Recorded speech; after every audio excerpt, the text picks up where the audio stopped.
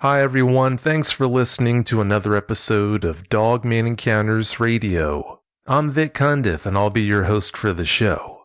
If you've had an encounter of your own and would like to speak with me whether in private or on the show, please go to dogmanencounters.com and submit a report. I'd love to hear from you. Tonight's guest is Clark from Oklahoma. Clark, welcome to the show. Thank you. Thanks for being here. Please give us a brief bio on yourself. Well, I'm a dad and got 2 kids and a wife, and lived here in Oklahoma all my life, and I worked in the medical field. Sounds like you're a well-rounded guy.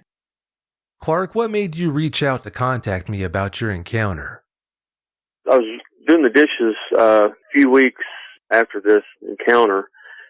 I was kind of educating myself on the internet of what I saw, and I was listening to your episode 90, and you mentioned Daryl Robertson case here in Oklahoma, and that really perked me up. My head jerked. His case was here where I live at, and what happened to him made me call you and try to get this out, because it bothered me that I kind of think I know what killed this man, and I just had to share that with you. Well, I'm so glad you did. If you had to name one change that was the most noticeable one in your life after you had your encounter, what would you say that was? I put lights on all 4 corners of my house. I can see everything around my house. And another change I did, when I come in at night, I turn my bright lights on when I come into my neighborhood and just make sure there's nothing, lurking around the streets when I'm coming in. And that's one of the major changes. Those sound like good precautions to me. You have Native American relatives on your dad's side of the family. Have your relatives shared any information with you about Dogmen? Not Dogmen, but they've shared about Sasquatch. The Sasquatches, I believed in them just because of the Native American, stories that they tell us. But I kind of thought they died off, and a lot of it kind of turned into folklore about something that maybe existed a long time ago, and that's kind of where I was at. One of the reasons I believe that was because when I went out and hunted in places where Sasquatch had been seen, I never seen any tracks or any signs of a Bigfoot being in that area. So that just kind of confirmed my belief. I thought it didn't exist until I had this encounter here. That's totally changed my mind. Oh, I'll bet it did. Did you tell those same relatives who told you about Sasquatch that you had an encounter of your own? No, I haven't told them yet. That's something I'm going to get up the courage to do, because I'm kind of not really sure what their reaction is going to be. So I'm kind of nervous about that, but eventually I'm going to. Well, I can understand your nerves, but I'll bet they'll handle that a lot better than what you think. I hope so. Oh, I bet they will. Have you heard of anyone else in your area having a Dogman encounter? Not in the particular area that I'm living in right now in this city, but I've heard of one on the internet in Muskogee, Oklahoma. A guy seen one at an exit, and I've actually seen this exit and been on it. And I learned this after my encounter. But before my encounter, I didn't hear anything about that. Oh, I see. What's the area like where you saw this Dogman? It's a neighborhood that's pretty compact. The houses are probably, 25 feet apart. I have a creek running behind my backyard, and it kind of goes through the neighborhood. And even though I'm in the city, it's still kind of wild and country looking. And we have some farms on the east side of us, so I'm thinking that's probably where he came from. It was probably from that area back there. He's just following the waterways. Yeah, there's a good chance of it. Did you know that there have been multiple encounters where people have reported seeing Dogmen inside the city limits of major cities? No. Yeah, unfortunately there have been. Other than the fact that you saw a creature that isn't supposed to exist, what surprised you most about your encounter? The size of it. It was just a really big animal. I guess just the size of it. That's what really got me about this creature. Yeah, I can understand that. You can hear that this creature is supposed to be this big or whatnot, but until you actually see it in person, that's when it really takes effect. Did you know that plenty of Dogman encounters have been reported from Oklahoma? Not before my sighting, I didn't. But you know now. Yes, I do. Actually, Oklahoma seems to be one of the true hotspots in the nation right now for encounters. It ranks right up there with Kentucky, in my opinion. I believe it. Leading up to your encounter, did you ever get the impression something strange might have been in your area? Not really. All right, Clark, let's get into the details of this encounter. Please give us every last detail that comes to mind. Okay. It's about 3 o'clock in the morning, and I was awake, and I'm a pretty light sleeper, and I got awake listening to my dog barking.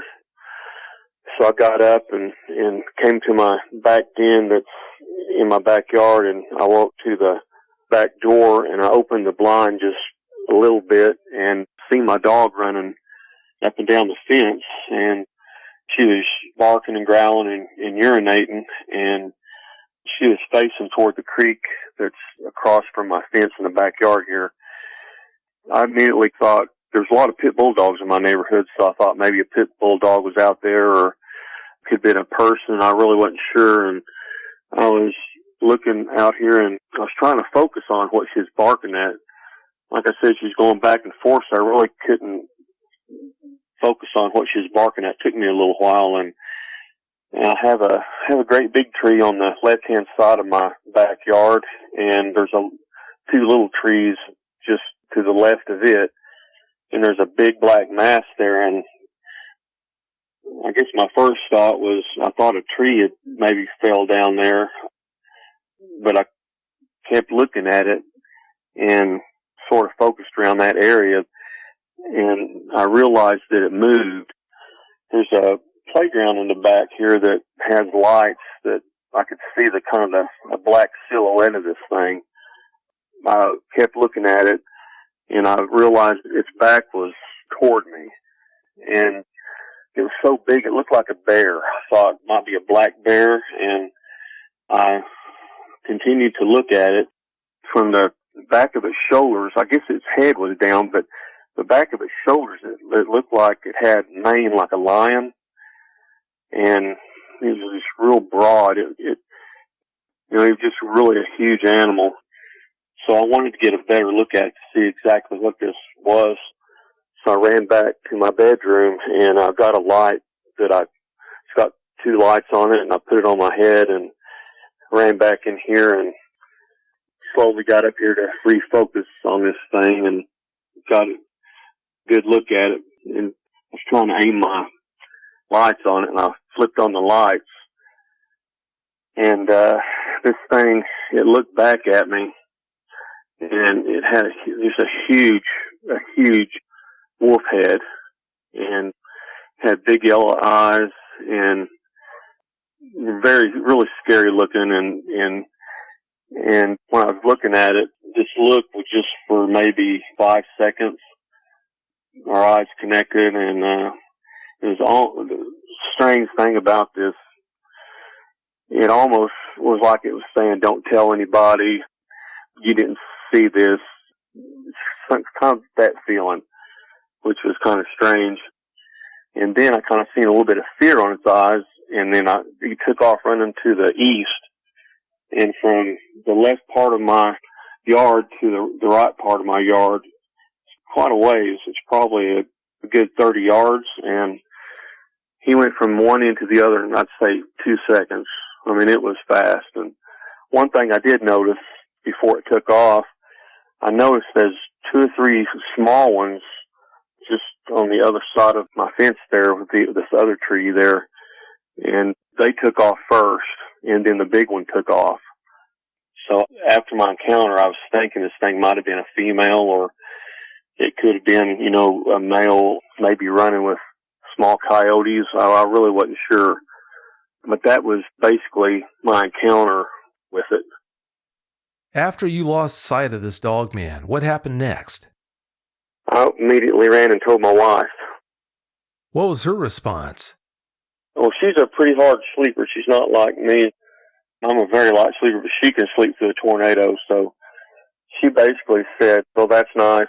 Tell me more about it in the morning." So that was basically her response. I kind of laughed because the way she is, so she's kind of a comedian. So I ran into the computer and jumped on it, and I was looking at giant wolves in North America. I was Googling everything to see what I could find, and come across chupacabras, dogmen. So that was really interesting, and learned what I seen was a dogman. Well, she didn't exactly give you the response you're looking for, but how supportive has she been through all of this? Oh, she's been very supportive. She's more leery about, even when she comes home at night, she calls me now and says, "I'm coming home," and, you know, the porch lights and all my lights around the house my security lights are all on, so, I mean, it's, you know, bright. So I always go out there and, you know, help her in with her stuff, and so, you know, it's changed the way she comes home at night, too. Oh, I'm sure it has. An important tidbit I want to share with you and everyone listening is the fact that while they don't seem to like lights, especially bright lights like that, from time to time, depending on what's on their mind, they will still seemingly come into areas that are even brightly lit. So please do keep that in mind. I'm not sharing that with you to try and upset you. I figure that's just information that you definitely need to know. Did you ever figure out why it came to your property in the first place? Well, the next morning, I went outside and looked at that area to see if I could see, you know, any footprints, because I've tracked animals and stuff when I was hunting, and I didn't see any tracks because it was the winter time and the ground was really hard, so I really couldn't see any prints. One thing I noticed, the day before, I had thrown some old dog food out there that my dog, she didn't like that brand, and she wasn't going to eat it, so I went and got her another bag that was her regular bag of dog food that she eats, and I threw the old out there so the starlings can get it, you know, since it was winter time. So that's what it was eating. I kind of figured out that's what it was eating when it had his back turned to me. It was eating all that dog food I threw over the fence. Ah, that makes sense. Okay. Because of some of the things you said when you were describing where you live, such as you mentioned that the houses are roughly about 25 feet apart or so, you also mentioned other things that made me think, okay, well, maybe it's not quite so urban of an area. How rural is the area where you live exactly? For a mile east of my property, they have kind of a little electrical place, but it's covered with woods. And across that little street a mile away, there's kind of a cow farm. And from where I'm at on through till you see the city, it's basically just neighborhoods with a lot of trees. Did you tell your neighbors about your encounter? I think it was about a week later, I told my neighbor next door, we're pretty close, and I told him about it, and his reaction was kind of like, holy, you know what? It kind of bothered him a little bit that something like that was running around in the neighborhood, and he asked me if it was coming back, and I said, I have no idea. And he got on the internet himself, and he told his brother about it also, and they've been on the internet, on YouTube a lot, trying to educate themselves about it also now. Yeah, it's a good idea that they do that. If it's been there once, it can always come back. I hope it doesn't, but that chance is always there. Exactly how much of this dogman were you able to see? There's a slope that goes down into the creek. It was probably about an eighth of the way or a quarter of the way down in between these two trees, and I could see its head, its chest, probably down to its elbows. I couldn't see its feet when it took off. I couldn't really see that, and it took off on all fours. It didn't do any bipedal things. That would really freak me out, but it ran off on all fours. So it sounds like you never did get a chance to see what its leg structure was like. No, I didn't. It was just big. Yeah, sure sounds like it was. You described it as looking like a giant wolf, but you said it had a mane. Were there any other strange characteristics to its build that stood out to you? Well, its head was big. It was like a normal dog head is nothing compared to this. This was, I'm saying it was 2.5, 3 feet wide. I mean, it was really huge. It was When I say big, this animal was big like a grizzly. I mean, it was big. I didn't tell you this, but when it took off, it was real long. It was like, I'd say it was maybe 10 feet long when it took off. You could kind of see it had a tail on it like a dog. Wow, it must have been monstrous if it was that big. It was really big. Yeah, sure sounds like it. What color did you say this thing was? Did you already mention that? It was black. It didn't just look black to me because where I was at, it was just dark. And it just looked like a black silhouette to me. I couldn't really tell any definition because it was brown. I couldn't tell you if it was brown because it was just too dark. You mentioned that its head looked like it might have been about 2 feet across or something like that, but was it seemingly in proportion to its body size, or was it disproportionately large? No, it was appropriate for its size. That's pretty big. There's a 6-year-old boy you know of who has to walk about a quarter mile through the woods to get home when he gets off the school bus. Have you shared your concerns about that with his parents? Not his parents, but the person who called me about it. She was concerned about it. So I told her about my counter just for his sake. He's in a community of probably about 45 minutes away from me. It's a very wooded place, and I was just concerned for his safety, and that's why I told this person that was out there. So I told her she really needed to, take care of that situation and warn this person's mom that there's, dangerous animals out there, in the woods that could harm someone his size, even a coyote could. So I just wanted her to warn their family not to let him do that. Did you ever find out if his family took that warning seriously or pretty much brushed it off? This happened a few days ago, so I haven't heard anything back, but I'm going to give her a phone call probably first thing in the morning and find out. Well, it's admirable that you're so concerned to look into the situation that way. Of course, the chances of him having a problem with the Dogman are close to zero, but it is still good that you're putting that warning out there for them so that they can still take the appropriate action. Can you still function normally now that you know they're out there? I function pretty normally, except when it starts getting dark, kind of like it is now. The sun's getting ready to go down. I'm staring out the window right where where I've seen the sighting at. At nighttime is when I start getting leery, and if my dog barks, I'm looking outside, and of course my lights come on automatically. So it's almost like I get a little prepared every night. It's almost like you have your own ritual, huh? Yes, it is. Yeah, sounds like it, and I don't blame you. After that experience happened, did you ever seriously consider the option of moving out of that area? No, if it kept bothering me or killed my dog or was getting on my house or doing some crazy stuff like that, then I would consider that very, very much. But I think it was just passing through, so, I don't have any plans leaving this place. Well, I sure hope none of those things happen. That wouldn't be good. No. You mentioned that you like to hunt and fish. Can you do those things now that you've had your encounter? Not really, not by myself I couldn't. I'd have to have one or two people to go out there with me that I know that are really good shots, because this would be like I've never hunted a grizzly, but this would be like hunting a grizzly bear, and even that would be a scary thing for me. So I'd definitely have to have people going in there with me if I ever hunt again. I don't know if I will, but if I ever do, it'll be with 2 or 3 people. Yeah, that's totally understandable, and it just might be a pretty good move, too. Do you see yourself ever getting back to the point where you'll be able to take the trash out at night and do other things like that you used to take for granted? That's going to take a while, because even though it's well lit, as fast as this thing moves, I just wouldn't want to be caught out there at night, being exposed.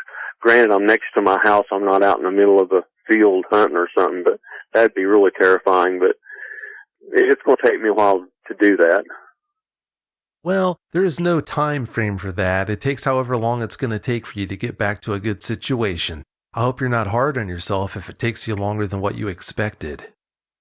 Oh, I'm a little hard on myself. I usually pride myself on being brave, but after seeing this, I have no problem admitting fear.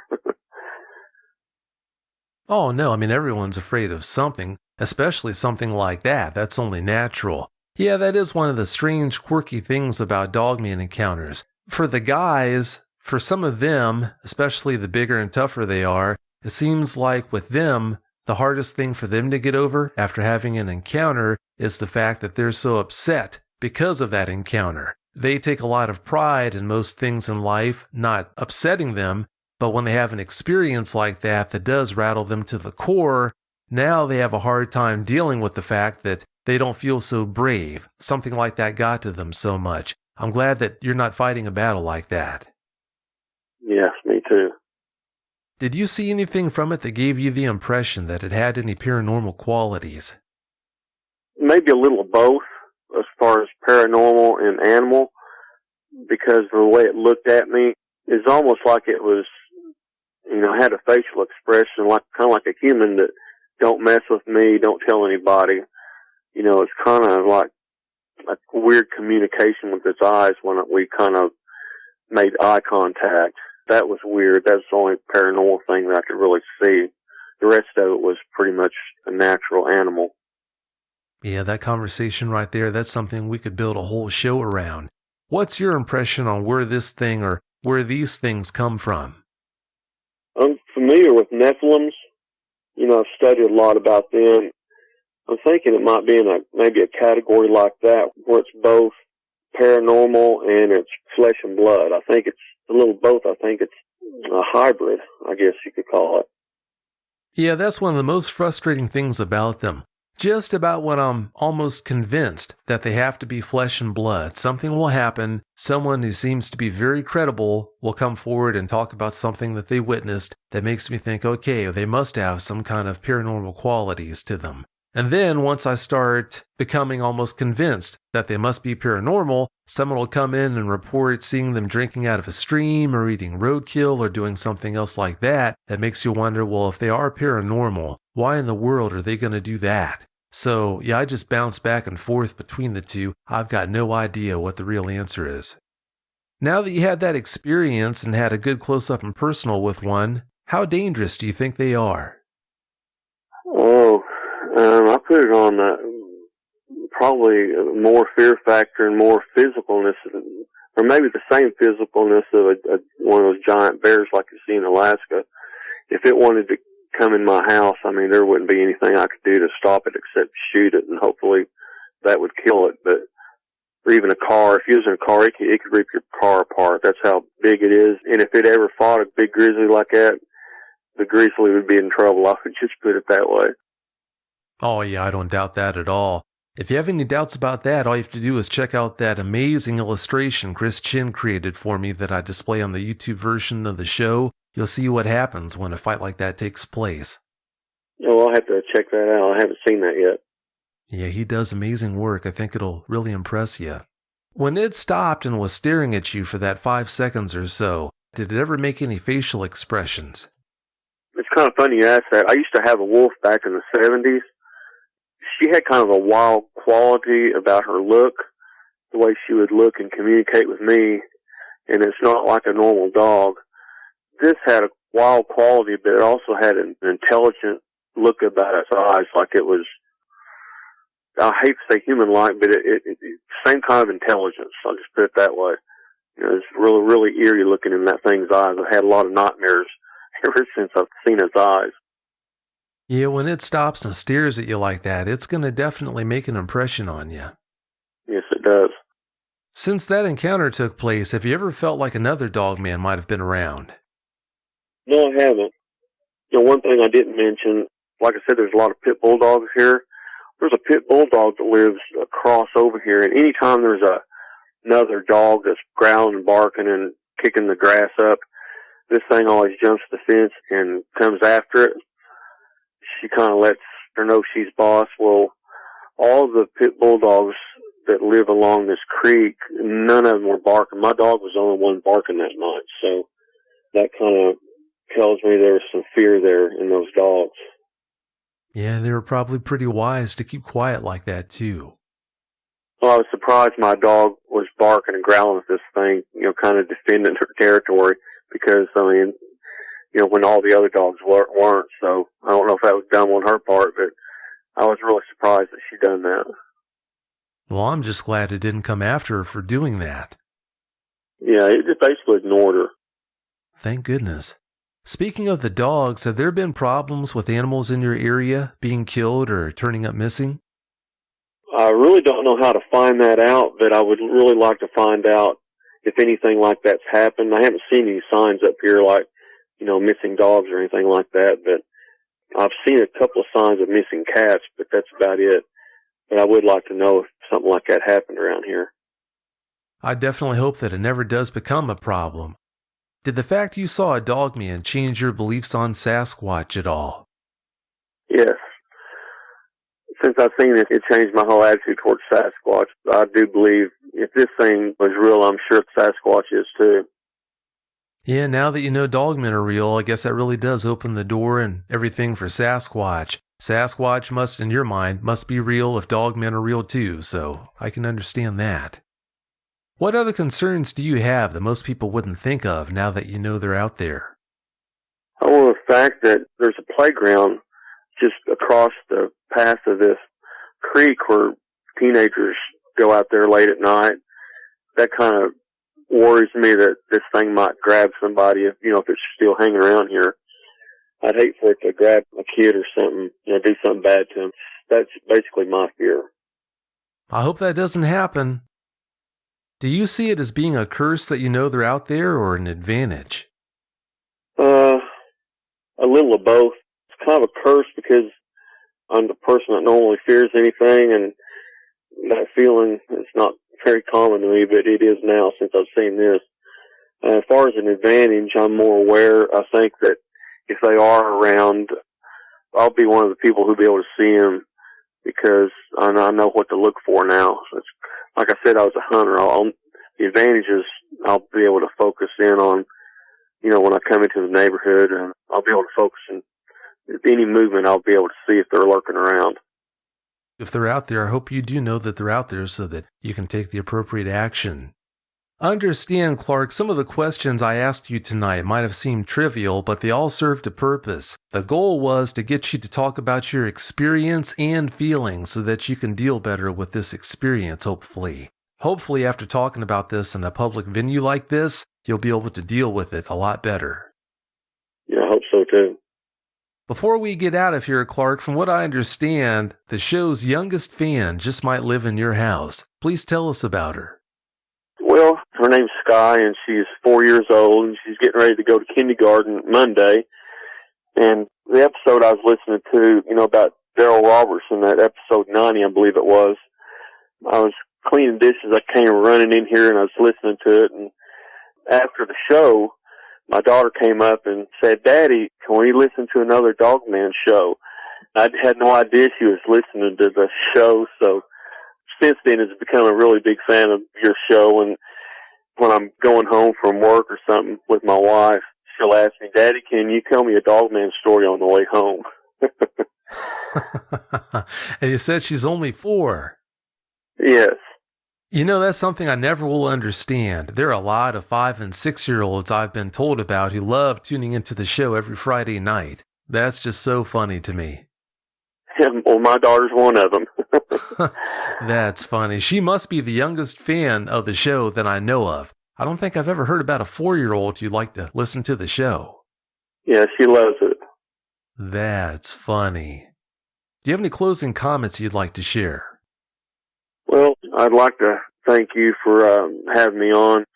I appreciate the work that you're doing. You're getting the message out there that these things are not just in the woods, they're also in the cities, and hopefully it'll bring awareness to everybody that when they come home at night or even in the daytime, picking your paper up early in the morning, from the paper boy, to keep your eyes open and be aware of your surroundings. And that's about it. When you're out in the woods, hunting, fishing, you name it, and you have an encounter, that's one thing. But when you have an encounter like you did at home, that really takes it to a whole new level. I guess if you're not safe in your own home or at your own home, you really aren't safe anywhere, and it's important that people understand that. Thank you so much for your time, Clark. I really do appreciate it. Thank you, Vic. I really appreciate you. Thank you. Have a great night. You too. Thanks. Bye-bye. Bye.